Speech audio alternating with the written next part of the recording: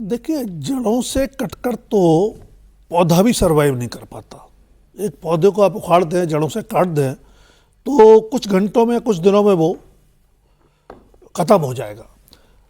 ऐसे में ये कल्पना करना कि अपनी जड़ों से कटकर कोई समाज या कोई देश बहुत वाइब्रेंट या जीवंत या अग्रसर होने की तरफ संकल्पित रह पाएगा या कर पाएगा, वैसा वो व्यवहारिक रूप से भी संभव नहीं है। आपने शुरू में बात कही कि सोमनाथ मंदिर को लेके कांग्रेस की क्या सोच थी, नेहरू जी ने क्या कहा, उनके विरोध के बावजूद देश के पहले प्रधानमंत्री डॉक्टर राजेंद्र प्रसाद मंदिर के उद्घाटन के लिए गए जब लोकार्पण हुआ पुनर्निर्माण के बाद, या उससे पहले सरदार वल्लभ भाई पटेल जब उसके पुनर्निर्माण का संकल्प लेके आगे बढ़ना चाहते थे, तब कांग्रेस में क्या बात हुई, गांधी जी ने क्या कहा।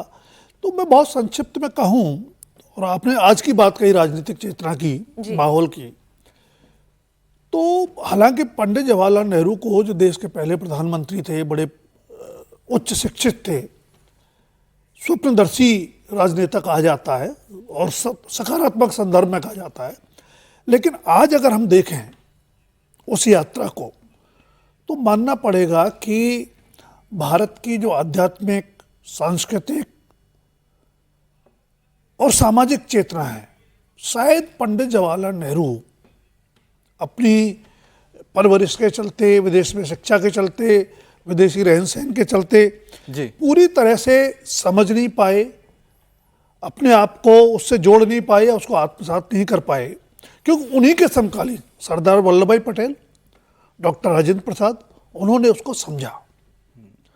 और सोमनाथ की अगर बात करें तो सोमनाथ सिर्फ आध्यात्मिक चेतना का प्रतीक नहीं है, भारत की सांस्कृतिक चेतना का प्रतीक नहीं है, ये राष्ट्र की जो एक आत्मा है, जो एक राष्ट्र को जीवित रखती है, जीवंत रखती है और समाज को जीवंत रखती है, ये उसका प्रतीक है। सर, मैं इसमें एक बात ही जोड़ देता हूं, ये सांस्कृतिक राष्ट्रवाद जो भारत के अंदर, मुझे लगता है कि इस वक्त हम इसको ज्यादा समझ भी रहे हैं, देख भी रहे हैं, पढ़ भी रहे हैं, उसका एक प्रतीक है, शायद जिसकी शुरुआत आजादी के बाद हुई थी। ओम जी, क्योंकि इस बात को लेकर चर्चा हो ही रही है कि कांग्रेस और जवाहरलाल नेहरू, मन में बस एक ही सवाल आता है कि चाहे जवाहरलाल नेहरू हो या फिर कांग्रेस हो, इतनी उदासीन क्यों रही सोमनाथ मंदिर को लेकर या फिर इस सांस्कृतिक राष्ट्रवाद को लेकर? देखिए, अभी जैसा आदरणीय राजकुमार जी ने शुरू की थी बात कि उनकी परवरिश, उनकी सोच या कहीं ना कहीं जो उनका भाव था, वो शायद, मैं किसी राजनीतिक टिप्पणी से बचना चाहता हूं, लेकिन शायद उनमें उस राष्ट्र भाव का, उस राष्ट्रीयता, उस सांस्कृतिक राष्ट्रीयता, उस चेतना का शायद अभाव था जो किसी को भी, किसी भी सामान्य व्यक्ति को भी अपनी जड़ों से जोड़ता है। क्योंकि फिर मैं कहूंगा कि जो सोमनाथ का स्वाभिमान है वो केवल हमारी एक पक्ष से नहीं जुड़ता, वो पूरे राष्ट्र के शौर्य का। आई डिफर विथ योर ओपिनियन।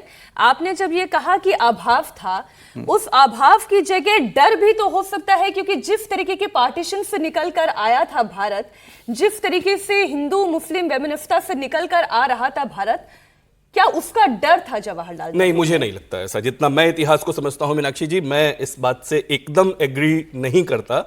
उसी समय वीएन गाडगिल को पढ़िए आप, उस समय के मुंशी के पेपर्स को पढ़िए, बहुत स्पष्ट है कि उसी समय मस्जिदों को तो अनुदान दिए जा रहे हैं, लेकिन मंदिर को न दे दिया जाए। और वो मंदिर जिसके लिए हम कहते हैं सोमलिंगम नरो दृष्ट्वा सर्व पापो प्रमुच्यते, वो पहला ज्योतिर्लिंग है जिससे लाखों करोड़ों लोगों की श्रद्धा जुड़ती है। ये वो ज्योतिर्लिंग है, ये वो मंदिर है जो हमारे शौर्य की कहानी बयान करता है कि इतनी बार तोड़ा गया, इतनी बार उस पर हमले हुए, लेकिन फिर वो अपने पूरे गौरव के साथ खड़ा हो गया। ये हमारी सांस्कृतिक चेतना का, हमारी राष्ट्रीयता का, हमारी अस्मिता का, हमारी श्रद्धा का, हमारी आस्था का चरम बिंदु था। उसके लिए ये कहना, मैं देखिए ना, उन्होंने पत्र लिखा है, वो पत्र भी मेरे पास, आपने कहा ही था कि मैंने सब हाईलाइट किया हुआ है।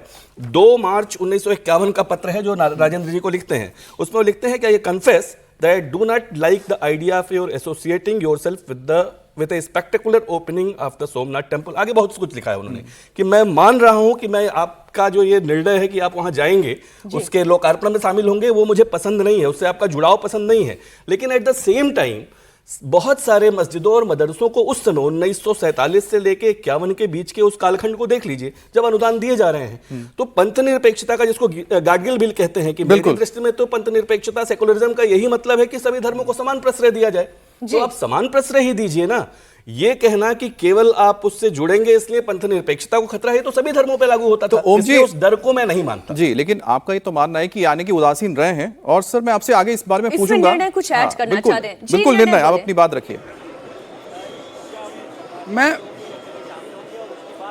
जी देखिए, मैं यहाँ पे मीनाक्षी थोड़ा सा और ऐड करना चाहूँगा कि जो ओम जी अभी बता रहे थे उसके आगे कन्हैयालाल मुंशी, जिन्होंने इनफैक्ट ये आइडिया प्रपोज किया था सरदार पटेल को, उनको भी अर्ली 1951 में नेहरू ने एक पत्र लिख करके ये कहा था, जिससे बहुत हद तक स्पष्ट होता है कि ये भय की बात नहीं थी।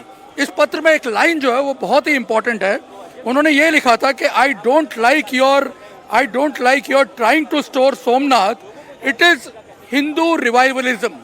हिंदू पुनरुत्थानवाद की बात से जोड़कर नेहरू ने इसके रिस्टोरेशन के काम को ही चैलेंज किया था। और उसके बाद अगर आप देखें जो बाद में जो कांग्रेस गवर्नमेंट्स आई, उन्होंने किस तरह से इसे इग्नोर किया। 2001 तक जब नरेंद्र मोदी गुजरात के मुख्यमंत्री बने और उन्होंने बनते ही 24वें दिन 31 अक्टूबर को सरदार पटेल की 125वीं जयंती पर इसका स्वर्ण काल जो है उसका सेलिब्रेशन किया, जो है इसका प्राण प्रतिष्ठा।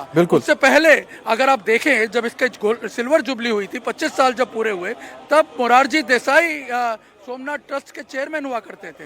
हालांकि वो काफी हद तक डिफर करते थे इंदिरा गांधी के विचारों से, लेकिन तब भी इसे वो सम्मान, वो जो प्रतिष्ठा है वो हासिल नहीं हो पाई। बिल्कुल। तो लगातार इग्नोर किया जाता रहा बिकॉज ऑफ अर्ली एटीट्यूड। तो लेकिन निर्णय, आप जो बात बता रहे हैं कि देश में किस तरह से उदासीनता देखने को मिली, जो सरकारें रही या कहें कि कांग्रेस की सरकारें रही, उसमें उदासीनता देखने की मिली। लेकिन इसी को लेकर चर्चा हो रही है। ओम जी, साथ ही अजीत जी, हम सबसे जानना चाहेंगे, क्योंकि जब जवाहरलाल नेहरू की बात हो रही है, वो मुझे लगता है कि इतने इस तरह के व्यक्तित्व था उनका, जिन्होंने डिस्कवरी ऑफ इंडिया लिखी, जिनको अगर भारत के प्राचीन इतिहास, हर काल के बारे में, उन्होंने कालखंड के बारे में लिखा है।